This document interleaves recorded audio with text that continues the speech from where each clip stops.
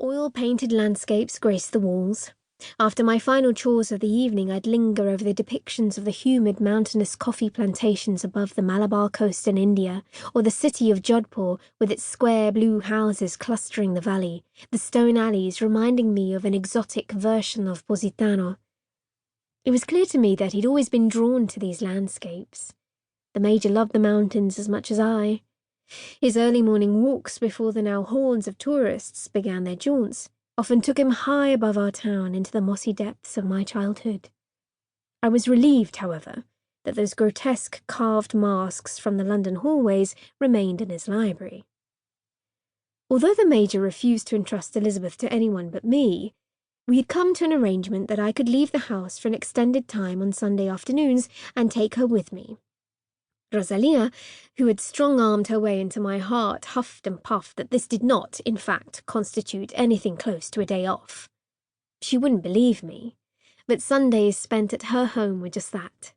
They forced me to relax, to forget my inconclusive search for my brother, who had run away from our uncle's farm and all but disappeared in Naples not long after I left for London. Elizabeth and I took our time climbing the narrow alleys that ran behind the neighbouring villas.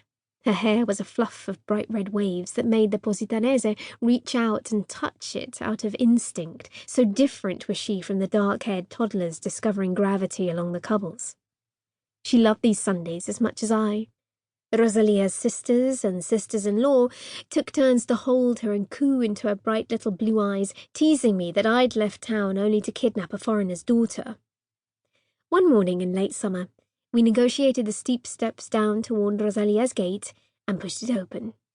A fragrant canopy of kiwi and lemon trees entwined a high bamboo frame above. The excited chirps of birds greeted us.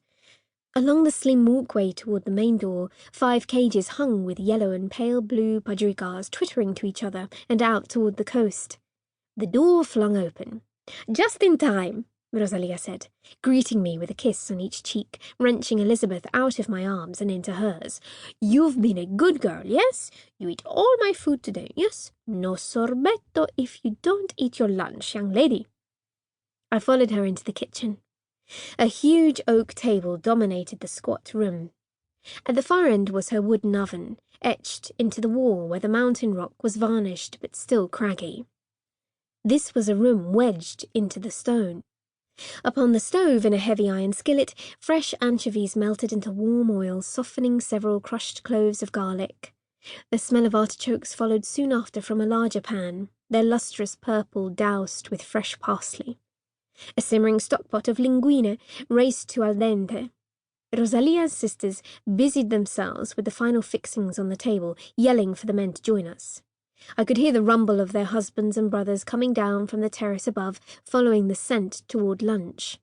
In a few minutes, the small room ricocheted with too many voices and conversations colliding at once. It was my weekly dose of cacophony, the perfect antidote to the church-like silence at the villa. Rosalia balanced Elizabeth on one hip, scooping linguine out of the pan with the other. "Please, let me take her," I offered, reaching out my hands, which she shooed off with the back of the wooden spoon. One of her sisters swooped in and took over by the stove for the final hungry minute before the pasta was cooked. The door swung open. In strolled Paolino, a basket in his hands laden with fresh Romanesco cauliflowers, zucchini, cedri, and a pile of sfogliatelle, small crisp pastries stuffed with a rich lemon creme. As he walked by me, their vanilla scent powdered the air. Rosalia had decided several months ago that he and I ought to be the perfect pairing. I loved her for many things, but this was not one of them. "You see, Santi," she began, bouncing Elizabeth beside me, "the man bakes too now." This meddling in others' personal affairs was a pernicious local habit I longed to escape. It made my scheduled sailing to America toward the latter part of this autumn feel like part of a very distant future.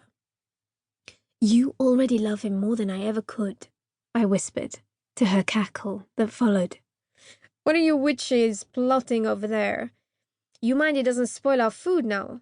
Paolino called out from the far end of the table, where Rosalia's brothers poured him their homemade wine. "You just wait, Paoli!" Rosalia called out to him. You get under our spell and there'll be no helping you. Everyone laughed.